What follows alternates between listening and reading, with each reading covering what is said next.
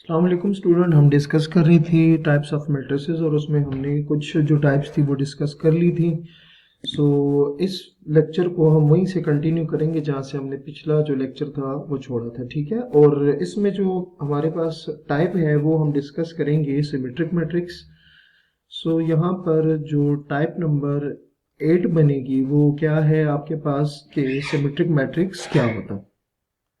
सो symmetric matrix क्या होगा, ठीक है स्टूडेंट। अच्छा, इसकी डेफिनेशन के लिए आपने ये चीज माइंड में रखनी है कि कोई भी मैट्रिक्स सिमेट्रिक तब होगा कि अगर उस मैट्रिक्स का ट्रांसपोज लिया जाए और ट्रांसपोज के बाद भी वो मैट्रिक्स खुद आ जाए, ठीक है।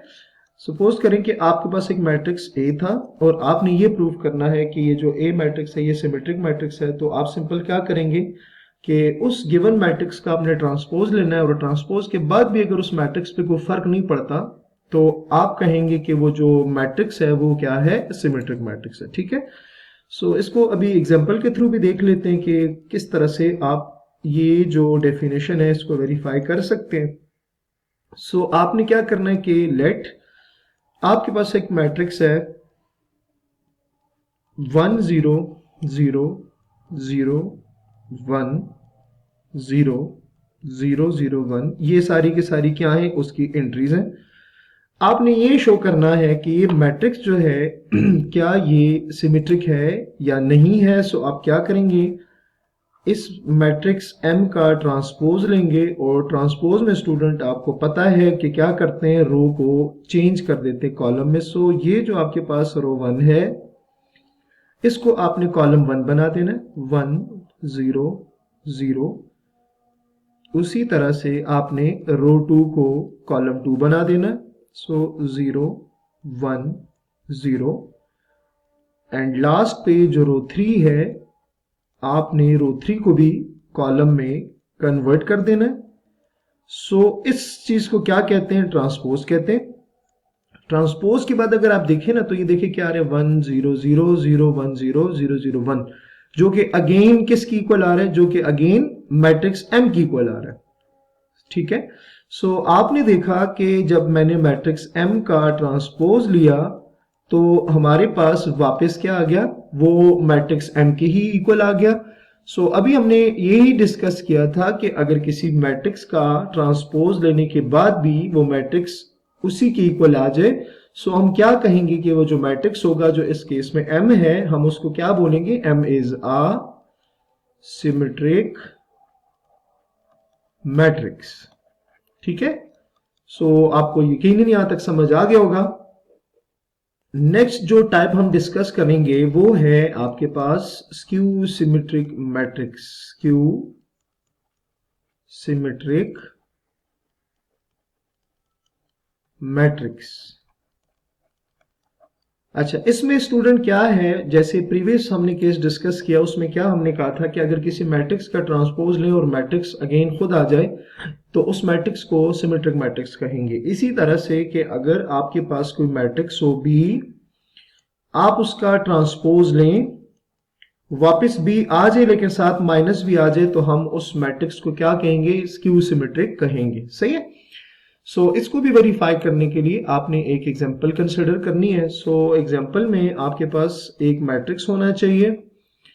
सो सपोज करते हैं कि हमारे पास जो मैट्रिक्स है वो किसकी इक्वल है, लेट्स से वो बी की इक्वल है और उसकी एंट्रीज क्या है, 0 2 3। आप कोई भी मैट्रिक्स कंसिडर कर सकते हैं, -2 0 1 एंड थर्ड रो है -3 -1 0। सो क्या स्टूडेंट, ये हमारे पास क्या हो गया, एक मैट्रिक्स आपने लेट कर लिया। अच्छा, तो अगर अब हमने ये प्रूव करना हो कि जो मैट्रिक्स बी है ये स्क्यू सिमेट्रिक है, सो उसके लिए हमें शो करना पड़ेगा, we have to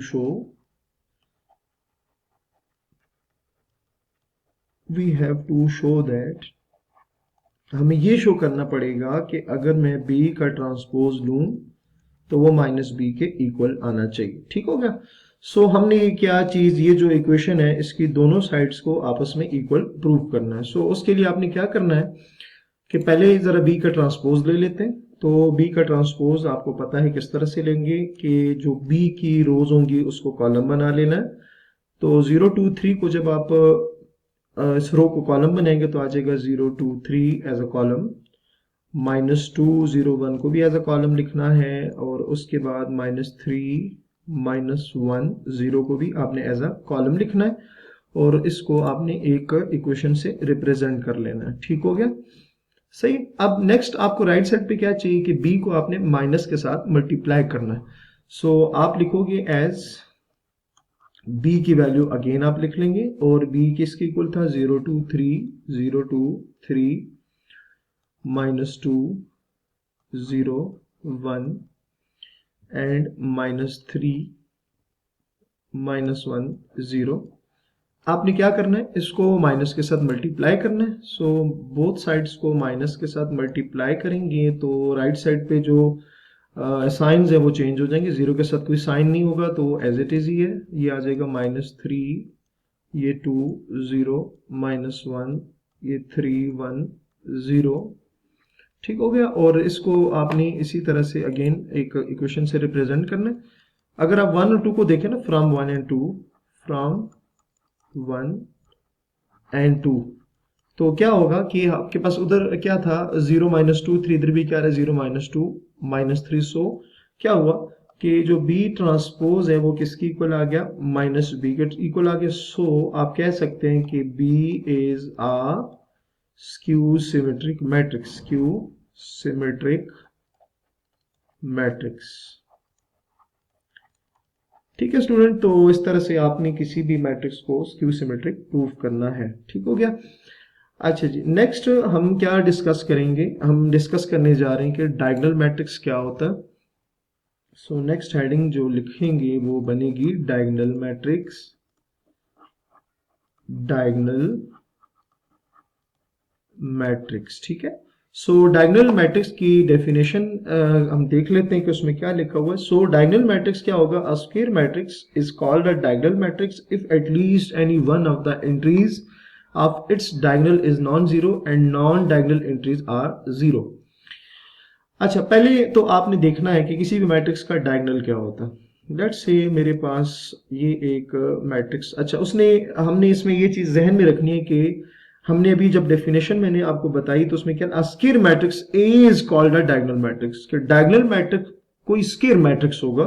square matrix से स्टूडेंट क्या मतलब है कि कोई भी मैट्रिक्स जिसके number of rows are equal to number of column, then we called this matrix a square matrix. ठीक हो गया।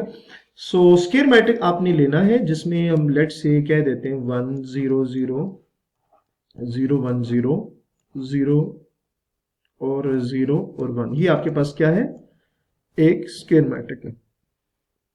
अच्छा, सो नेक्स्ट स्टूडेंट हम अगली वीडियो जो है यहीं से स्टार्ट करेंगे, तो अपना बहुत सारा ख्याल रखिएगा। अल्लाह हाफिज।